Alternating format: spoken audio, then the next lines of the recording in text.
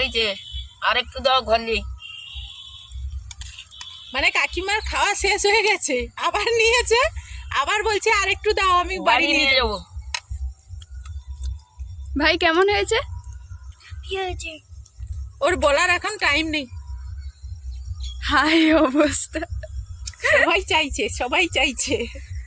আর না না পরে। দারুণ সত্যি।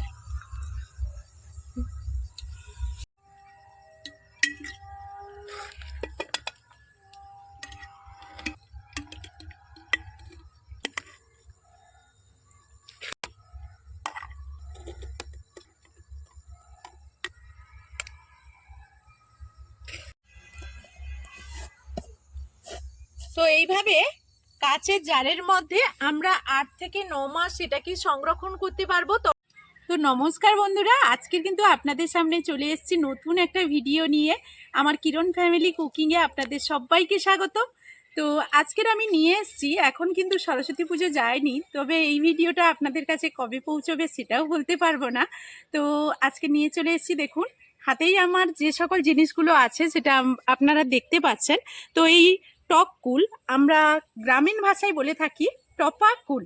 তো এই কুল আচার আজকে আপনাদের সামনে শেয়ার করব, প্রথম থেকে শেষ পর্যন্ত দেখবেন, অবশ্যই ভালো লাগবে। এই টক ঝাল মিষ্টির আচারটা আপনারা বানিয়েও এটাকে 8 থেকে 9 মাস সংরক্ষণ করতে পারবেন কিভাবে, সেটাও আপনাদেরকে দেখিয়ে দেব। তো বন্ধুরা পুরো ভিডিওর সঙ্গে থাকুন, আশা করব আজকের ভিডিওটা আপনাদের কাছে ভালো লাগবে। তো বন্ধুরা, টক কুলের আচার বানানোর জন্য আমি তো অনেকগুলোই কুল নিয়ে নিয়েছি। এখানে প্রায় 2 কিলো টক কুল আছে। আর এই টক কুলগুলোকে বানানোর আগে, আচার বানানোর আগে সেই আচার বানানোর উপযোগী করে তুলতে হবে। সেই কারণে এই কুলগুলোকে প্রথমেই আমি জলে পরিষ্কার করে ধুয়ে নেব। যেহেতু এই ঝুড়িতে ভর্তি আছে, সেই কারণে এটাতে তো মানে জলে পরিষ্কার করতে পারবো না। এই কারণে এইরকম একটা বড় গামলা নিয়ে নিয়েছি। তো গামলার মধ্যে ঢেলে দেব।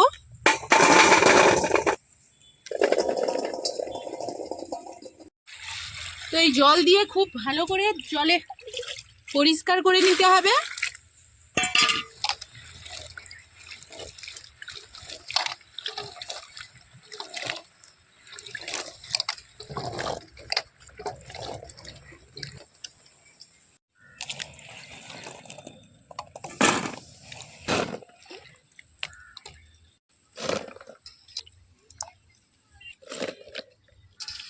তো এইরকম একটা আমি কাপড় নিয়ে নিয়েছি। তো কাপড়ের মধ্যেই আমি মেলে দেব।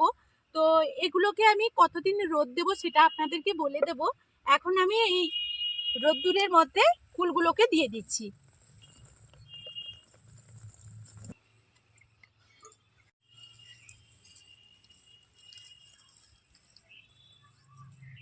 তো এখন আমি 3 দিন পর চলে এসেছি। আমি কুলগুলোকে রোদ্দুতে দেব, আপনাদের দেখিয়েছিলাম, দিয়েও যেছিলাম। তো 3 দিন পরে চলে এসেছি। কুলগুলোর কালার কতটা পরিবর্তন হয়ে গেছে সেটা একটু আপনারা দেখুন। এই যে দেখুন, কুলগুলো ঠিক এরকম হয়ে গেছে।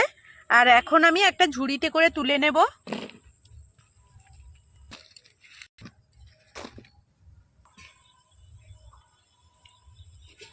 তো এখন আমি গ্যাসটা অন করে দিয়েছি, একটা কড়াই বসিয়ে দিয়েছি, আর কড়াইয়ের মধ্যে দিয়ে দেব জল।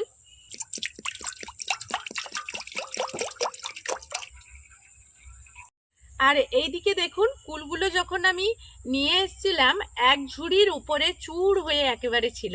আর এখন 3 থেকে 4 দিন রোদ্দুতে দেওয়ার পর কতটা কমে গেছে। তো এখন এই কুলগুলোকে আচার বানানোর আগেই কিন্তু খুব ভালো করে বেছে নেবেন, কারণ কুলের মধ্যে পোকা থাকে। সেই পোকা কুলগুলো কিন্তু বাদ দিয়েই ভালো কুলগুলোতে আচার করব। তার জন্য, আর কুলের মধ্যে দেখুন এইরকম একটা বোটা থাকে, এই বোটাটাকে আমরা এইভাবে তুলে দেব, এইভাবে তুলে দেব। আর কুলটাকে এই ভালো কুল দেখেই কিন্তু নেব আচারের জন্য। তো এইরকম দেখুন ভালো কুল দেখে নেব। আর এই বোটাগুলো এগুলো ছাড়িয়ে দেব। আর এই যে দেখুন, এই কুলগুলো কিন্তু পোকা আছে, যেহেতু বাজার থেকে কিনে এনেছি। তো বাজার থেকে হোক আর বাড়িতে হোক, পোকা কুল তো থাকবেই, সেগুলো আমরা বাদ দিয়ে দেব। এই কুলগুলো বাদ দিয়ে দেব, এগুলো আচারের মধ্যে দেব না, তাহলে আচারটা খুব তাড়াতাড়ি কিন্তু নষ্ট হয়ে যাবে।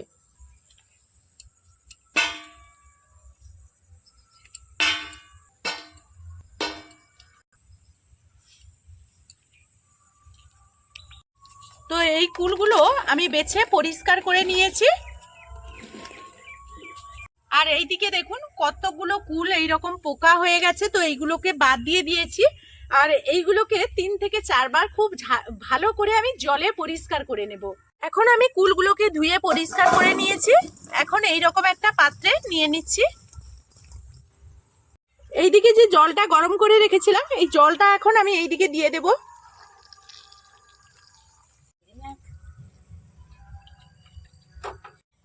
তো এইদিকে আমি এই কুলগুলোকে গরম জলের মধ্যে এইভাবে ডুবিয়ে রেখে দেব। তো এইদিকে ওইদিকে কুলটা গরম জলের মধ্যে ডোবানো থাক, আর এইদিকে আমি শুকনো কড়াইতে এই শুকনো লঙ্কাগুলো ভেজে নেব।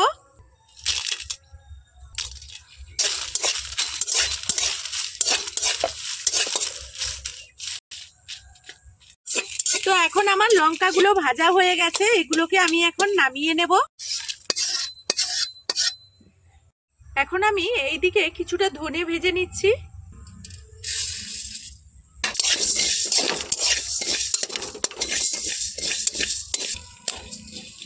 ধনেটা একটু ভেজে নেওয়ার পর এখন আমি এর মধ্যে দিয়ে দিচ্ছি জিরে,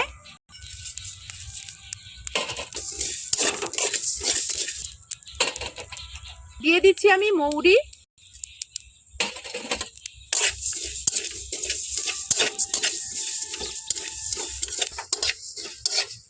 আর ধনে মৌরি আর জিরা যখন ভাজা হয়ে যাবে তখন একটা সুন্দর গন্ধ উঠবে, তখনই কিন্তু এগুলো খুব সুন্দরভাবে ভাজা হয়ে যাবে। তবে এমনভাবে হালকা আঁচে ভাজতে হবে যাতে এগুলো পুড়ে না যায়, তাহলে কিন্তু মশলার যে সুন্দর একটা সুগন্ধ সেটা থাকবে না। এখন আমার মশলাগুলো খুব ভালোভাবে ভাজা হয়ে গেছে, এটাও আমি এখন নামিয়ে নেব।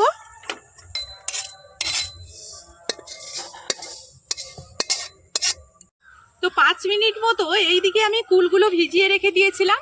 এখন কুলগুলোকে ভালো করে ছেঁকে নেব।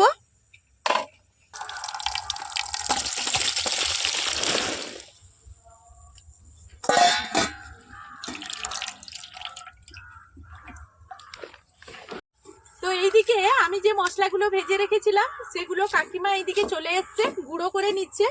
আর কাকিমা একটু আধ ভাঙা করে গুঁড়ো করবে, জানে কাকিমা জানে ও এইগুলো আধ ভাঙা করে গুঁড়ো করতে হবে, কারণ একটু অর্ধ অর্ধ থাকলে যখন আমরা আচার খাবো তখন মুখের মধ্যে পড়লে খুব ভালো লাগবে। আর এই কুলের আচারটা বানিয়ে নেওয়ার জন্য আমি এখানে খেজুরের গুড় নিয়ে নিচ্ছি। তো খেজুরের গুড় কিংবা পাটালি আর না হলে তালের গুড় যদি থাকে, তালের গুড় তো এখনকার দিনে পাওয়াই যায় না বলতে গেলে চলে। তো সেই সব গুড়েই কিন্তু মানে এই কুলের আচারটা যদি করা যায় তাহলে ভীষণ ভালো লাগে, আর চিনিতে এতটাও কিন্তু ভালো হয় না। তো যাই হোক, আবারও আমি কড়াইটা এইদিকে বসিয়ে দিয়েছি। এখন আমি এখানে দিয়ে দিচ্ছি খেজুরের গুড়। গুড়টা কিন্তু আপনারা পরিমাণ অনুযায়ী দেবেন, যতটা পরিমাণ এখানে কুল নেবেন সেরকম দেখে কুল মানে মিষ্টিটা দেবেন, আপনারা ঠিক যতটা পছন্দ করবেন।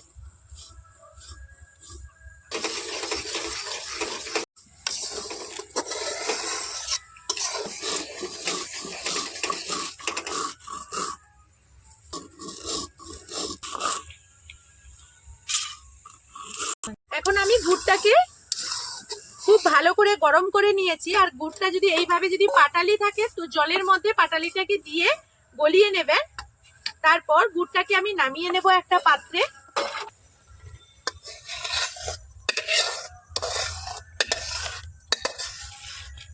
এখন আমি ওই গুড়টা আস্তে আস্তে এইভাবে কড়াইয়ের মধ্যে ঢালবো। এই গুড়টার মধ্যে কোনো রকম যদি বালি থাকে, কোনো কিছু থাকে, আপনারা এরকম ছাঁকনিতে ছেঁকে নেবেন, না হলে এরকম আস্তে আস্তে করে নিয়ে নেবেন। তাহলে নিচে যদি কোনো রকম কোনো দানা থাকে, একটা জিনিস দেখুন, এটা কি বলুন তো? চিনি।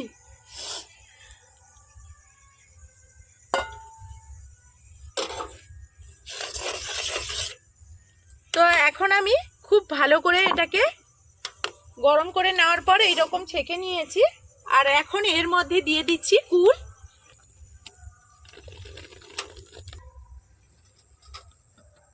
দিয়ে এইভাবে খুব ভালো করে নাড়াচাড়া করে নেব।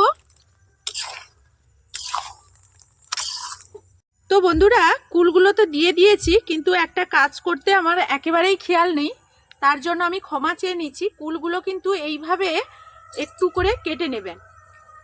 এইভাবে একটু করে কেটে নিলে আমাদের যে কুলের মধ্যে যে মশলা আর গুড়টা দিয়েছি খুব ভালোভাবে এর মধ্যে ঢুকবে। সেগুলো কেটে নিচ্ছি, সেগুলো যে ফেলে দেব তা নয়, সেগুলো এর মধ্যেই থাকবে। তো আমি এখন আঁচটাকে বন্ধ করে দিয়েছি, কারণ গরম হয়ে গেলে এগুলো তো আমরা কাটতে পারবো না, হাত দিতে পারবো না। এই কারণে, যেহেতু উনুনের মধ্যে দিয়ে দিয়েছি, কিছু করার নেই। কাকিমা আইসো, হাত দিয়ে এসো। এটা হাতাটা হবে না।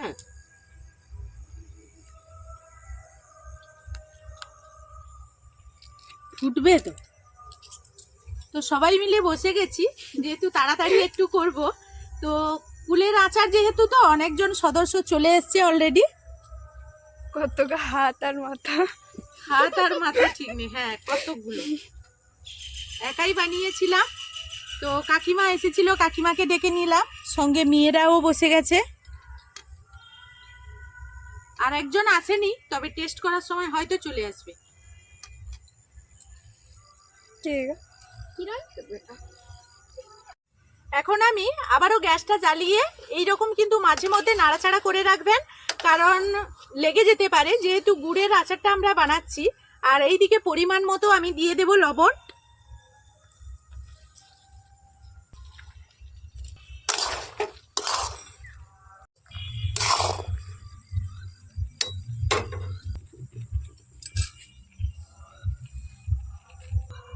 পুরাটা চলে যাবে,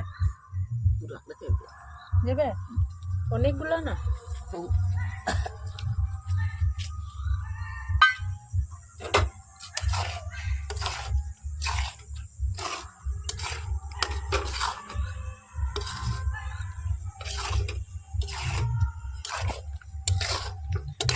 তো এইভাবে কিন্তু অনবরত নাড়াচাড়া করতে হবে কুলের আচারে, কারণ যে গুড়টা আমরা দিয়েছি সেটা নিচ থেকে লেগে যাবে। নিচ থেকে লেগে গেলে কিন্তু তখন কুলের আচারটা একেবারেই খেতে ভালো লাগবে না।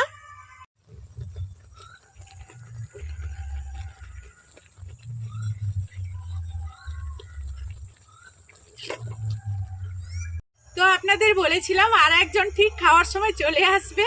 তো আমার কিরণ বাবা ঘুমিয়েছিল, চলে এসেছে। তো যাই হোক, ও তো টেস্ট করবে, ও না টেস্ট করলে কে বলবে বলুন। তো যাই হোক, কাকিমাও চলে আসবে, একটু উঠে গেছে। আর এইদিকে আমি একটু মশলা রেখেছিলাম বাঁচিয়ে, ওইটা শেষমেশ আমার এখন হয়ে গেছে, আমি এর মধ্যে দিয়ে দেব। তো দেখুন, এরকম ঘনত্বে রাখবো। এরপর যদি বেশি একটা আমরা এটাকে বলে মানে মেরে দেই, মানে গুড়টা যদি আরো একটু শক্ত করে দেই, তাহলে আবার খেতে ভালো লাগবে না। এই অবস্থাতেই রাখবো। আর এই মশলাটা এখন শেষমেশ দিয়ে দেব।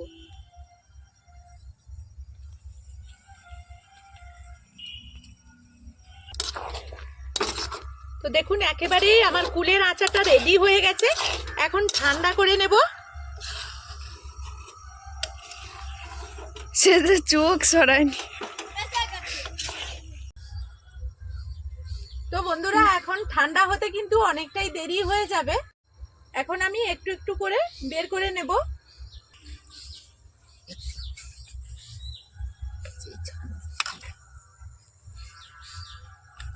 ঝাল দিচ্ছে না, ঝাল দিচ্ছে না, কি ঘটে কাকিমা? ও অখন মুখে লাগেনি। আমার কিরণ দেখো না, কিরকম ঝালগুলা খাবে। লাও।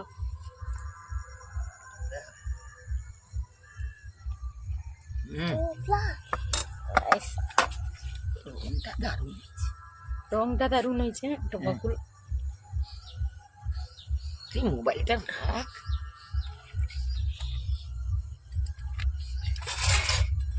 আর গোটা তাড়াতাড়ি হবে। দাঁড়া, জনসাধারণের জন্য ঠিক আছে। বুঝ বুঝ চলে ইট সরি তো।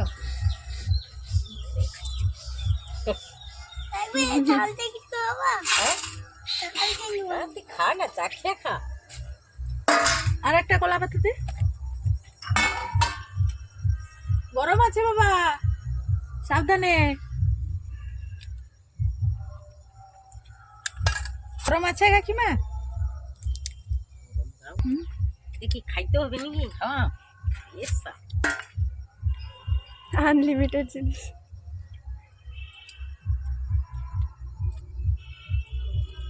শুধু খাইলে হবে না, খায়া কইতে হবে কিরকম হয়েছে। ভালো হয়েছে। কয়দিনে কুলের আচার তৈরি হইলেই ও ঠিক উঠিয়ে পড়বে। ও যায় আজকের আচার হবে, কদিন আমাকে কিরকম হয়েছে? ভালো।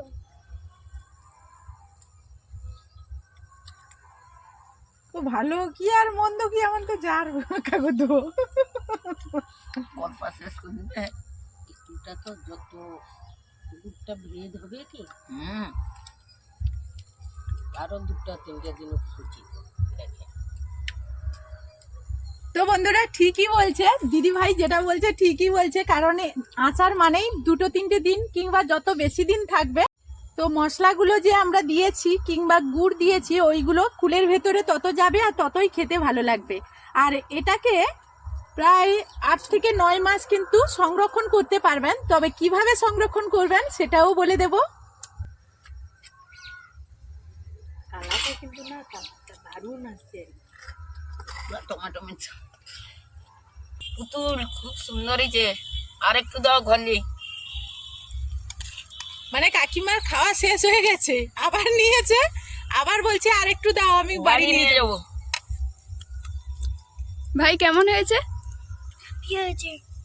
ওর বলার এখন টাইম নেই। হাই অবস্থা। সবাই চাইছে, সবাই চাইছে। আর না না পরে। দারুণ সত্যি।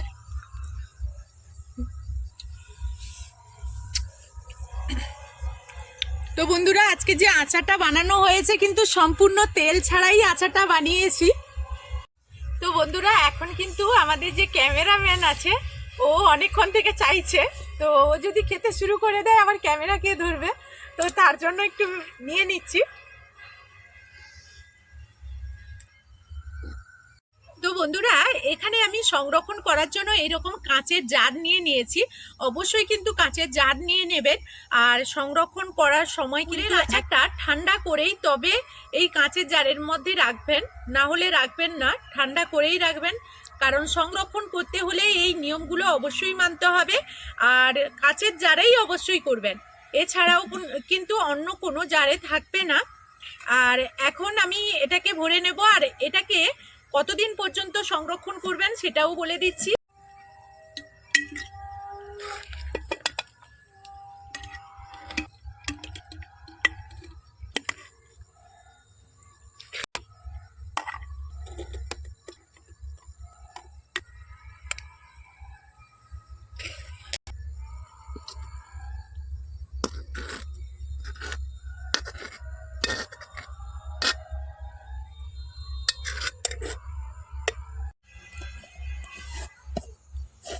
তো এইভাবে কাঁচের জারের মধ্যে এটা আমরা 8 থেকে 9 মাস সংরক্ষণ করতে পারবো। মাঝে মধ্যে এটাকে রোদ্দুরে দিতে হবে, তাহলে এটা ভালো থাকবে, আর না হলে নষ্ট হয়ে যাবে। তো চলুন বন্ধুরা আজকের এই ভিডিওটা যদি ভালো লাগে সুন্দর একটা কমেন্টের মাধ্যমে উৎসাহ দেবেন। তো এখনকার মতো এই ভিডিও থেকে বিদায় নেব। আপনাদের যদি পছন্দের কোনো ভিডিও থেকে থাকে, কোনো রেসিপি থেকে থাকে, আপনারা যদি দেখতে চান তাহলে কমেন্টের মাধ্যমে অবশ্যই জানাবেন। এখনকার মতো এই ভিডিও থেকে বিদায় নিচ্ছি।